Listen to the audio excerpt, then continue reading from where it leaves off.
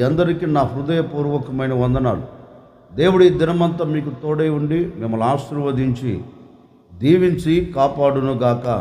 పరిశుద్ధ గ్రంథములో నుండి సమూయేలు మొదటి గ్రంథం 10వ అధ్యాయం 19వ వాక్యమును నేను చదువుతూ ఉన్నాను. మీ పరిశుద్ధ గ్రంథమైన బైబిల్ తెరచి చూడండి.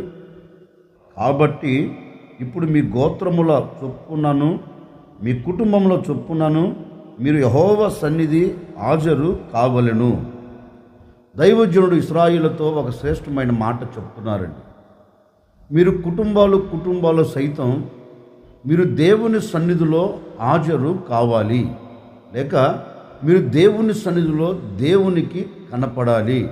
మీరు తప్పకుండా కుటుంబాల సహితం దేవుని సన్నిధిలోనికి వచ్చి దేవుని సన్నిధిలో మీరు అడిగినది పొందుకోవాలి అంటే, మీరు అడిగినది నెరవేర్చబడాలి అంటే కుటుంబాల సహితం మీరు దేవుని యొద్దకు రావాలి అని దైవ సేవకుడు వారితో చెప్పినట్లుగా పరిశుద్ధ గ్రంథంలో రాయబడింది.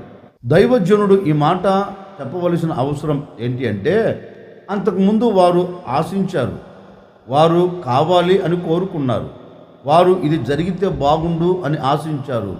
దాని తరువాత వారు ఆశించిన తరువాత, వారు కోరుకున్న తరువాత, వారు మనసులో ఉన్నది చెప్పిన తరువాత ఈ దైవ సేవకుడు ఒకటే మాట అంటున్నారు, మీ మనసులో కోరిక, మీరు ఆశించినది నెరవేర్చబడాలి అంటే, మీరు ఆశించినది దాన్ని చూడాలి అంటే కుటుంబాల సహితం మీరు ఎక్కడికి రావాలి?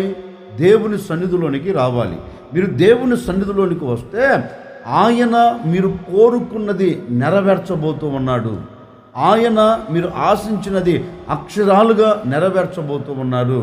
కనుక కుటుంబాలుగా దేవుని సన్నిధిలోనికి రండి, ఆయన మీ కార్యము జరిగించబోతూ ఉన్నారు అని ఈ దైవ సేవకుడు ఆ ప్రజలతో చెప్పినట్లుగా పరిశుద్ధ గ్రంథం చెప్తుంది. నిజమే, మన మనసులో ఉన్న కోరిక, మనము ఆశించిన ప్రతి ఆశ నెరవేర్చబడాలి అంటే మనము తిన్నగా దేవుని సన్నిధిలోనికి రావాలి.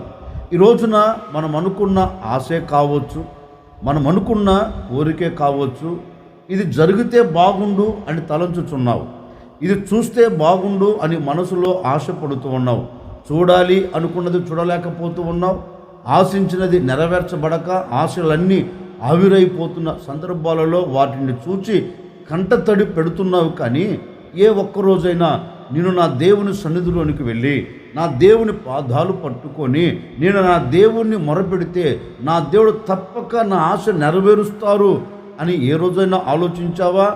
జరగకపోగా దేవుని మీద నిందలు మోపుతూ ఉన్నావు, జరగకపోగా దేవుణ్ణి దూషిస్తూ ఉన్నావు, జరగకపోగా నోటికి ఏది వస్తే అది మాట్లాడుతూ ఉన్నావు. వీటన్నిటికీ కారణం ఏంటి అంటే, నీవు దేవుని సన్నిధిలోనికి రాక, నీవు దేవుని సన్నిధిలో హాజరు కాకపోయినందువలన నువ్వు అనుకున్నవి అనుకున్నట్లే ఉన్నాయి, ఏది నువ్వు చూడలేకపోతూ వస్తూ ఉన్నావు. అందుకే ఈ ఉదయకాల సమయంలో ఓ సేవకుడిగా నేను కూడా మీతో చెప్పాలి అనుకున్న నా దేవుని మాట ఏంటంటే, ఇప్పటి వరకు ఈ క్షణం వరకు నువ్వు అనుకున్నది ఏదైనా, నువ్వు ఆశించినది ఏదైనా ఒకవేళ జరగకపోయి ఉన్నదేమో, నెరవేర్చబడకపోయినదేమో, ఈ ఉదయకాల సమయంలో ఒక నిర్ణయము తీసుకో. నీవు దేవుని సన్నిధిలోనికి రాగలిగితే, నీవు దేవుని సన్నిధిలో అడుగు పెట్టగలిగితే, నువ్వు దేవుని పాదాలు పట్టుకొని ఆయన సన్నిధికి నువ్వు రాగలిగితే నిశ్చయముగా నీ కోరికను ఆయన నెరవేర్చబోతూ ఉన్నాడు, నీ ఆశను ఆయన తృప్తిపరచబోతూ ఉన్నారు. అందుకే ఇశ్రాయేలుతో సమూయేలు అంటారు, మీరు ఆశించినట్లుగా జరగాలి అంటే, మీరు కోరుకున్నది నెరవేర్చబడాలి అంటే మీ కుటుంబాల సహితం మీరు దేవుని సన్నిధిలోనికి వచ్చి మీరు దేవుని సన్నిధిలో కనపడితే నీ మనస్సులో ఉన్న ప్రతి కోరికను ఆయన ఏం చేయబోతున్నాడంటే నెరవేర్చబోతూ ఉన్నారు అని వారితో చెప్పాడు. ఈ ఉదయకాల సమయంలో నేను కూడా మీతో చెప్తూ ఉన్నానండి, ఇంతకాలం దేవునికి దూరం అయిపోయావేమో, ఏ పరిస్థితులను బట్టి నీవు దేవునికి దూరం అయ్యావో, ఏ పరిస్థితులను బట్టి దేవుని సన్నిధిలో అడుగు పెట్టలేక వెనకంజ వేస్తూ వస్తున్నావేమో, ఏ పరిస్థితులను బట్టి దేవుని సన్నిధిలో చేరి మనసు విప్పి మనసారా నీవు నీ కుటుంబం మనసారా ప్రభుని ఆరాధించవలసిన మీరు ఆరాధించకుండా ఒకవేళ దేవునికి దూరమైపోతూ వచ్చారేమో నాకు తెలియదండి. మనసును మార్చుకొని ఒక నిర్ణయము తీసుకొని ఈ దినము నుండి నీ కార్యాలు సఫలపరచబడాలి అంటే, నీ మనసులో ఉన్న ఆశలు నెరవేర్చబడాలి అంటే, నీ మనసులో వస్తున్న ఆలోచన సఫలము కావాలి అంటే, నీవు దేవుని సన్నిధిలోనికి రాగలిగితే, నీవు దేవుని సన్నిధిలో హాజరు కాగలిగితే, ఆయన సన్నిధిలో ఉన్న ప్రతి ఆశీర్వాదాన్ని, ఆయన యొద్ద దాచబడిన ప్రతి దీవెన, ప్రతి ఈవి నీవు సమృద్ధిగా అనుభవించబోతూ ఉన్నావు. నీవు సమృద్ధిని చేతపట్టుకొని తిరిగి వెళ్ళబోతూ ఉన్నావు. ఆయన సన్నిధిలోనికి వచ్చిన ఏ ఒక్కరిని ఒట్టి చేతులతో ఆయన పంపడండి. ఆయన సన్నిధిలోనికి వచ్చిన ఏ ఒక్కరి ఆశ నెరవేర్చబడకుండా తీసుకొని వెళ్ళడు. నువ్వు రాగలిగితే, నువ్వు అడుగు పెట్టగలిగితే, అడుగు పెట్టిన తర్వాత నువ్వు అద్భుతం చూచేటట్లుగా ఆయన మహిమ కలిగిన కార్యమును జరిగిస్తారు. అందుకని నీవు ఏం చేయాలి అంటే, దేవుని సన్నిధిలో హాజరు కావాలి. పరిశుద్ధ గ్రంథంలో చక్కని మాట రాయబడిందండి. కష్టం కలిగింది, బాధ కలిగింది, నా అనుకున్న వారే ఎవరు అర్థం చేసుకోలేదు ఆవిడని. అందరూ విడిచిపెట్టారు. కట్టుకున్న భర్తే చేతులు ముడుచుకొని ఒక ప్రక్క కూర్చున్నాడు. ఏమి చెయ్యలేని నిస్సహాయ స్థితిలో పడిపోయాడు. ఏమి చేయాలో అర్థం కాక ఆ తల్లి తిన్నగా దేవుని సన్నిధిలోనికి వెళ్ళింది. దేవుని సన్నిధిలో అడుగుపెట్టి ఓ చిన్న ప్రార్థన చేస్తుంది. నాకు కలిగిన వేదన నీకు తెలుసు కదా, నేను పడుతున్న బాధ నీకు తెలుసు కదా, నేను అనుభవిస్తున్న శ్రమ నీకు తెలుసు కదా, నాకు కలుగుతున్న ఈ శ్రమల మధ్యలో నుండి, నాకు కలుగుతున్న ఈ బాధల మధ్యలో నుండి అయ్యా ఒక్కసారి నన్ను తప్పించవా, నేను తప్పించబడినట్లుగా ఒక్కసారి నన్ను జ్ఞాపకం చేసుకో అని ఆ తల్లిగారు దేవుని సన్నిధిలోనికి వచ్చి దేవుని పాదాలు పట్టుకొని మనసు విప్పి మనోదుఖము గలదై దేవుని పాదాలు పట్టుకొని మొరపెడితే ఆకాశం మొదటిది ఒకటి అంటున్నాడు, మా నీ బాధను నేను చూచాను, నీవు నా సన్నిధిలో హాజరయ్యి నీవు నా సన్నిధికి వచ్చి నీ బాధను వ్యక్తపరిచావు గనక, నీ బాధను నాకు తెలియచేసావు గనక ఒకటే చెప్తున్నాను, ఇక మీదట నీ కంట కన్నీరు రానివ్వను, నీ మనసులో వేదన ఉండనివ్వను. ఏ బాధల మధ్య నీవు నడిపించబడకుండా నీ బాధలకు నేను ముగింపును కలగ చేయబోతూ ఉన్నాను. నా సన్నిధికి నువ్వు వచ్చావు గనుక, నా సన్నిధిలో నీవు అడుగు పెట్టావు గనుక, ఇక్కడికి దుఃఖముతో వచ్చావా, ఇక్కడికి బాధతో వచ్చావా, ఇక్కడికి కన్నీళ్ళతో వచ్చావు కదా, ఇక్కడ నుండి నువ్వు తిరిగి వెళ్ళేటప్పుడు ఎలా వెళ్ళబోతున్నావంటే సంతోషాన్ని చేతబట్టుకొని తిరిగి వెళ్ళబోతూ ఉన్నావు. ఎందుకంటే నీవు నా సన్నిధిలోనికి వచ్చి చేసిన ఈ మనవి నేను విన్నాను, నేను అంగీకరించాను. వచ్చిన నీవు వచ్చినట్లుగా తిరిగి వెళ్ళవు, సంతోషాన్ని చేతబట్టుకొని తిరిగి వెళతావు అని దేవుడు ఆమెతో మాట్లాడినట్లుగా లేఖనంలో గ్రంథస్థం చేయబడింది. వాక్యంలో రాయబడినట్లుగా ఆ యమ్మ వచ్చేటప్పుడు, దేవుని సన్నిధిలోనికి వచ్చేటప్పుడు దుఃఖంతో వచ్చింది, వేదనతో వచ్చింది, బాధతో వచ్చింది, సమస్యల మధ్యలో వచ్చింది, శ్రమల మధ్యలో అడుగు పెట్టింది. తిరిగి ఇంటికి వెళ్ళేటప్పుడు వాక్యం చెప్తుంది, నాట నుండి ఆమె దుఃఖ ముఖము మాని తన ఇంటికి తాను తిరిగి వెళ్ళిందంటండి. అంటే దేవుని సన్నిధిలోనికి వచ్చేటప్పుడు దుఃఖం, దేవుని సన్నిధిలో వచ్చేటప్పుడు వేదన, దేవుని సన్నిధిలోనికి వచ్చేటప్పుడు శ్రమ, దేవుని సన్నిధిలోనికి వచ్చేటప్పుడు బాధతో వచ్చిందండి. మరి దేవుని సన్నిధిలోంచి ఎలా తిరిగి వెళ్ళింది?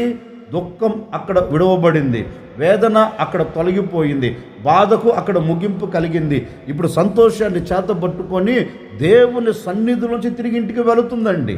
నిజమే, ఆ యమ్మ దేవుని సన్నిధిలో హాజరైంది కనుక, దేవుని సన్నిధిలోనికి ఆ యమ్మ వచ్చింది కనుక ఆ యమ్మ దుఃఖమునకు ముగింపు కలిగింది, వేదనకు ముగింపు కలిగింది, సంతోషాన్ని చేతబట్టుకొని తిరిగి వెళ్ళింది. ఈ ఉదయకాల సమయంలో నేను కూడా మీతో చెప్పాలనుకున్న మాట ఏంటంటే, ఇలాంటి ఆనందాన్ని ఎన్నిసార్లు నువ్వు పోగొట్టుకొని ఉన్నావు?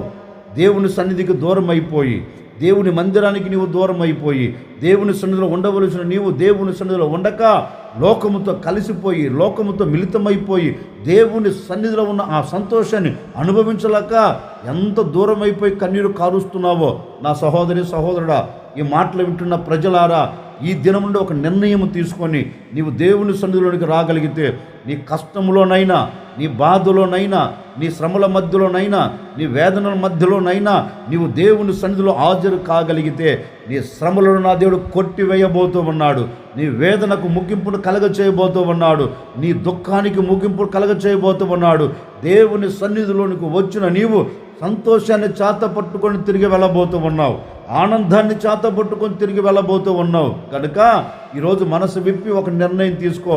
నేను ఏ ఒక్కరోజు కూడా నేను నా దేవుని సన్నిధిని విడిచిపెట్టను. ఏ ఒక్కరోజు కూడా నా దేవుని సన్నిధికి నేను దూరం కాను. నా దేవుని సన్నిధిలో నేను హాజరవుతాను. నా దేవుని మందిరాన్ని నేను విడిచిపెట్టను అని నీవు నిర్ణయము తీసుకోగలిగితేనండి, నిశ్చయముగా ఏ వేదనల మధ్యలో అక్కడ అడుగుపెట్టినా నువ్వు అద్భుతం చూడబోతూ ఉన్నావండి. సేవకుడిగా చెప్తున్నాను, జాగ్రత్తగా వినండి. ఇప్పటి వరకు దేవుని మందిరానికి దూరం అయిపోయావా? ఈ రోజు నుంచి దేవుని మందిరంలో అడుగుపెట్టి చూడు, అద్భుతం అనుభవించబోతూ ఉన్నావు. అడుగుపెట్టి చూడు, నీ వేదనకు ముగింపు కలగబోతుంది. అడుగుపెట్టి చూడు, నీ దుఃఖం, నీ మనోదుఃఖానికి ముగింపును కలగచేయబోతూ ఉన్నాడు. అడుగుపెట్టి చూడు, ఆశీర్వాదం చేతపట్టుకోబోతూ ఉన్నావు. అడుగుపెట్టి చూడు, అద్భుతం చూడటమే కాదు, నోటి నిండా ఆనందాన్ని చేతపట్టుకొని నీవు తిరిగి వెళ్ళబోతూ ఉన్నావు. గనుక నువ్వు దేవుని సన్నిధిలో హాజరు కాగలిగితే, దేవుని మందిరానికి, దేవుని సన్నిధిలోనికి నువ్వు రాగలిగితే, నిశ్చయముగా నా దేవుడు నీ మనసులో తలంచిన ప్రతి ఆలోచనను నెరవేర్చబోతూ ఉన్నాడు. నీకు క్షేమకరమైన ఒక దీవెనను నా దేవుడు కలగచేయబోతూ ఉన్నాడు. నువ్వు దేవుని సన్నిధిలోనికి రాగలిగితే, దేవుని సన్నిధిలో అడుగుపెట్టిన నీ జీవితంలో నా దేవుడు ఒక అద్భుతమైన కార్యం జరిగించబోతూ ఉన్నాడు. అందుకే సమూయేలు అంటారు, కుటుంబాల సహితం మీ కుటుంబాలన్నీ యెహోవా సన్నిధిన హాజరు కావాలి. అంటే ఆయన సన్నిధిలో హాజరవుతే, ఆయన సన్నిధికి వస్తే ఎలాంటి కార్యం చేస్తాడో సమూయేలుకు తెలుసు కనుక వారినందరినీ దేవుని సన్నిధిలోకి రమ్మంటున్నారు.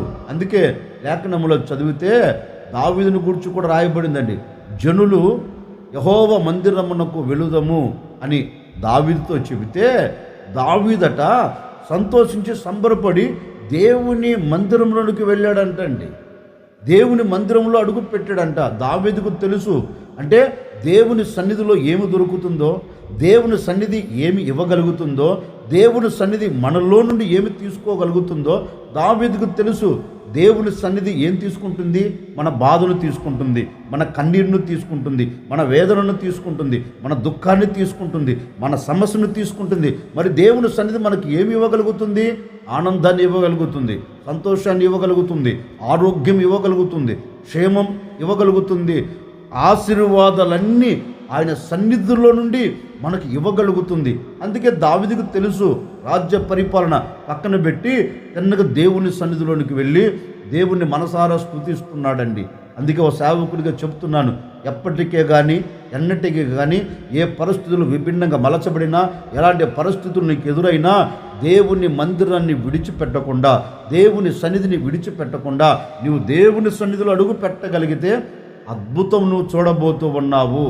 ఆశ్చర్యమైన కార్యం నీ పట్ల నా ప్రభు జరిగించును గాక.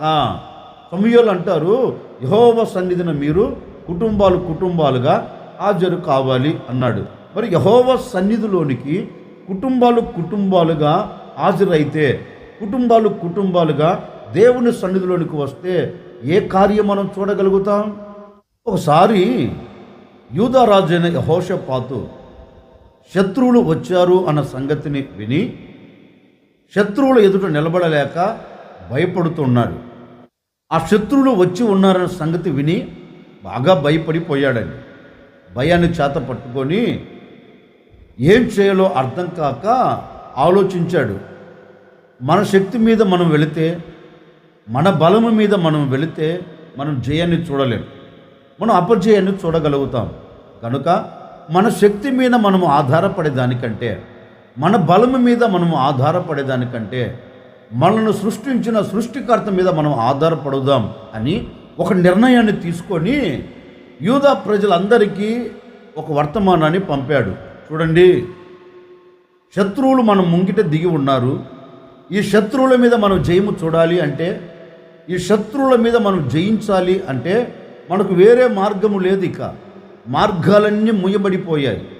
మార్గాలన్నీ ముయ్యబడిపోయినందువలన మార్గం ఏ వైపున కూడా మనకు కనపడటం లేదు జయించగలుగుతామని. కనుక ఇప్పుడు మనం చేయవలసినది ఒక్కటే, మీరు కుటుంబాలుగా యూదారాజు అయిన యెహోషాపాతు చక్కని మాట చెప్తున్నారండి. మీరు కుటుంబాలుగా యెహోవా యొద్దకు రండి, దేవుని సన్నిధిలోనికి రండి, నేను కూడా నా కుటుంబంతో నేను కూడా బయలుదేరి వస్తాను అని రాజు దేశమంతటా చాటింపు చేశారు. ఇప్పుడు దేశంలో ప్రతి ఒక్కరూ ఎక్కడికి వచ్చారు అంటే యెహోవా సన్నిధిని వారు కూడుకొని ఓ చిన్న ప్రార్థన చేస్తున్నారండి. ఎక్కడ? దేవుని సన్నిధికి వచ్చారు. ఎందుకు? శత్రువుల మీద జయము పొందాలి అంటే దేవుని సన్నిధిలోనికి రావాల్సిందే. దేవుని సన్నిధిలోనికి రాకుండా ఏ వ్యక్తి జయము పొందలేడు. దేవుని సన్నిధిలో అడుగు పెట్టకుండా ఏ వ్యక్తి విజయాన్ని చూడలేడు. అందుకని యెహోషాపాతు దాన్ని తలంచి ఒకటే అంటున్నారు, మనమందరము దేవుని సన్నిధిలోనికి వెళదాం, మనమందరము మనసును నిలుపుకుందాం, మనమందరము ఉపవాసం ఉండి ప్రార్థన చేద్దాం. నిశ్చయముగా మనం దేవుని సన్నిధిలోనికి వెళితే ఒక అద్భుతాన్ని చూడగలుగుతాం. మనం దేవుని సన్నిధిలోనికి వెళితే ఒక గొప్ప సహాయం మనకు కలుగుతుంది అని దేశంలో ప్రజలందరూ కుటుంబాలుగా దేవుని సన్నిధిలోనికి వచ్చాయండి. ఇప్పుడు దేవుని సన్నిధిలోనికి వచ్చి ఓ చిన్న ప్రార్థన చేస్తున్నారు. అయ్యా, ఈ శత్రువుల మీద జయము పొందాలంటే నీవు మాకు సహాయము చేయాలి. చూడండి, దేవుని సన్నిధిలోనికి వచ్చి వారు దేని కొరకు మొరపెడుతున్నారంటే దేవుని సహాయం కొరకు, దేవుని సహాయం మీద ఆధారపడుతున్నారు. అయ్యా, మా బలము చేత మేము అడుగులు వేస్తే శత్రువుల చేత చంపబడుతాం, మా శక్తి మీద మేము ఆధారపడితే మా దేశం శత్రువుల పాలవుతుంది. కనుక మా శక్తి మీద కాదు, మా బలం మీద కాదు, నీ మీద మేము ఆధారపడుతూ ఉన్నాం, నీవు మాకు సహాయము చేయి అని దేవుణ్ణి అడిగితే లేఖనం అంటుందండి, యూదా ప్రజలందరికట దేవుడు సహాయం చేయటం ప్రారంభించాడంటండి. ఎందుకని దేవుడు వారికి సహాయం చేయటం ప్రారంభించాడంటే వాక్యం అంటుంది, కుటుంబాలుగా యెహోవా సన్నిధి నిలిచి. ఇప్పుడు ఆ మాట నేను చదువుతాను, వినండి. దినవృత్తాంతాల 2వ గ్రంథం 20వ అధ్యాయం 13వ వాక్యాన్ని నేను చదువుతా ఉన్నాను. ఈ పరిశుద్ధ గ్రంథమైన బైబిల్ తెరిచి చూడండి. యూదా వారందరూ తమ శిశువులతోనూ భార్యలతోనూ పిల్లలతోనూ యెహోవా సన్నిధిని నిలవబడిరి. దేవుని వాక్యం ఉంటుంది, శత్రువుల మీద విజయము పొందుటకు కుటుంబాలు సహితం, కుటుంబంలో ప్రతి ఒక్కరూ యెహోవా సన్నిధిని నిలిచి ఇప్పుడు సహాయం కొరకు వేడుకుంటున్నారండి. నీవే మా దిక్కు, నీవు తప్ప మాకు వేరొక ఆధారము లేదు, ఈ సమయంలో ఈ శత్రువుల మీద నీవే మాకు జయమిస్తావు అని దేవునిని బ్రతిమలాడుతూ ఉంటే వీరు దేవుని సన్నిధిలోనికి వచ్చారు గనక ఇప్పుడు దేవుడు వీరికి సహాయం చేస్తున్నారు. దేవుని పాదాలు పట్టుకున్నారు గనక శత్రువుల మీద వీరికి జయాన్ని కలగచేశారండి. అదే విధముగా యూదా ప్రజలందరూ దేవుని సన్నిధిలోనికి చేరి దేవుని సహాయము కోరుకున్నారు కనుక దేవుని సన్నిధిలో అడుగు పెట్టినందువలన దేవుడు వారికి సహాయం చేసినట్లుగా లేఖనములో రాయబడిందండి. నిజమే, నీ కుటుంబ పరిస్థితులు ఏవైనా కావచ్చండి. ఒకవేళ నీ కుటుంబానికి ఏ శత్రువు చుట్టుముట్టి ఉన్నారో నాకు తెలియదు, నీ కుటుంబాన్ని పతనము చేయాలని, నీ కుటుంబాన్ని నాశనము చేయాలని, నీ వ్యక్తిగత జీవితాన్ని పాడు చేయాలని, నీ పిల్లల జీవితాన్ని పాడు చేయాలని ఒకవేళ శత్రువు చుట్టుముట్టి నలుగురిలో అవమానపరచాలని ఒకవేళ కంకణము కట్టుకొని ఉన్నాడేమో నాకు తెలియదండి. ఏ శత్రువైనా కావచ్చండి. శత్రువులాగా సమస్యలు నిలబడి, శత్రువులాగా పరిస్థితులు మారిపోయి ఒకవేళ అలాగే నలపబడుతున్నావేమో ఇంతకాలం.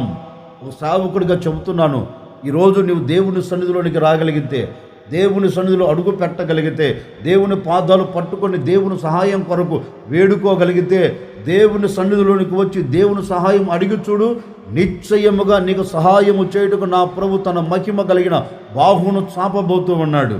ఏ శత్రువు నీ ముంగిట నిలబడకుండా జయము నీకు కలగ చేయబోతూ ఉన్నారు. నిశ్చయముగా శత్రువుల మీద నీవు జయము చూచున్నట్లుగా నా ప్రభు నీకు సహాయము చేయబోతూ ఉన్నారు. అందుకే కీర్తనాకారుడు కూడా ఒక శ్రేష్టమైన మాట చెప్తారండి. నా దేవుని సహాయము వలన నేను ప్రాకారములు దాటుతాను, నా దేవుని సహాయము వలన నేను సైన్యమును జయింతును. అంటే దేవుని సహాయం లేకుండా నువ్వు ఏమి దాటలేవు, దేవుని సహాయం లేకుండా ఏది జయించలేవు. కనుక దేవుని సన్నిధిలోనికి రా. నీ కుటుంబ విషయంలో దేవుని సన్నిధిలో అడుగుపెట్టు, నీకు కలిగిన బాధ విషయంలో దేవుని సన్నిధిలో అడుగుపెట్టు, మారని భర్త విషయంలో దేవుని సన్నిధిలో అడుగుపెట్టు, మారని భార్య విషయంలో, మార్పు చెందని పిల్లల విషయంలో మార్పు చెందినట్లుగా నీవు దేవుని సన్నిధిలో అడుగుపెట్టి ప్రార్థన చేసి చూడు. దేవుని సన్నిధిలోనికి వచ్చి, దేవుని మందిరానికి వచ్చి నీవు మొరపెట్టి చూడు. నిశ్చయముగా నీకు సహాయము చేయుటకు ఆయనే దిగి వస్తాడు. ఆయన దిగి వచ్చి ఆశ్చర్యకరమైన సహాయం నీకు చేస్తాడండి, అద్భుతకరమైన సహాయం నీకు చేస్తాడండి. ఏ మానవుడు నీకు సహాయం చేయకపోవచ్చు. సహాయం కొరకు కరములు చాచావేమో, సహాయం కొరకు అడుగులు వేస్తూ అలసిపోయావేమో, సహాయం కొరకు ఈ వ్యక్తి చేస్తాడు, ఆ వ్యక్తి చేస్తాడు, ఇక్కడికి వెళితే నాకు సహాయం దొరుకుతుందని ఎక్కడికి వెళ్ళినా నీకు సహాయము దొరకక నిస్సహాయస్థితిలో పడిపోయి ఉన్నావేమో, నాకు తెలియదండి. ఈ ఉదయకాల సమయంలో మనసారా నీవు మనసు విప్పి మనసారా కోరుకొని, అయ్యా నేను నీ సన్నిధిలోనికి వస్తాను, నీ మందిరంలో అడుగు పెడతాను, నీవు నాకు సహాయం చేయి అని వేడుకోగలిగితేనండి. వేడుకున్న నీవు మందిరంలో అడుగు పెట్టగలిగితే, అడుగు పెట్టిన నీవు దేవుని సహాయం కోసం ఎదురు చూడగలిగితే, నిశ్చయముగా ఈ దినము నుండి నా దేవుడు సహాయం చేయబోతూ ఉన్నాడు. ఈ దినము నుండే నీ శత్రువులు అణచివేయబోతూ ఉన్నాడు. ఈ దినము నుండే నీ శత్రువులను అణచివేసి నీకు విజయమునిచ్చి అద్భుతకరమైన సహాయం నీకు అందించబోతూ ఉన్నారు. ఇక మీదట ఆయన నీకు సహాయము చేస్తే ఎలాంటి శత్రువు నీ ముంగిట నిలబడకుండా ఆయన తరిమి వేయగలుగుతాడు. అందుకే మొర్దెకై అంటాడు, ఈ విషయంలో నీవు సహాయము చేసినా సహాయము చేయకపోయినా యూదులకు వేరొక దిక్కు నుండి సహాయం కలుగుతుంది. ఏ దిక్కు? వేరొక దిక్కు అంటే ఏ దిక్కు? నా ప్రభువైన యేసుక్రీస్తు దిక్కు. యేసుక్రీస్తు వైపు ఎవరైతే చూస్తారో, యేసుక్రీస్తు సన్నిధిలోనికి వచ్చి ఎవరైతే ఆయన వైపు కర్రములు చాచుతారో, మనసును నిలుపుతారో, కన్నులెత్తి చూడగలుగుతారో, నా దేవుడు ఏ వ్యక్తిని విడిచిపెట్టడు. ఆయన సన్నిధిలోనికి వచ్చిన ఏ వ్యక్తికి దూరం కాడు. ఆయన సన్నిధిలోనికి వచ్చిన ఏ వ్యక్తి కన్నీళ్లతో తిరిగి వెళ్ళడు.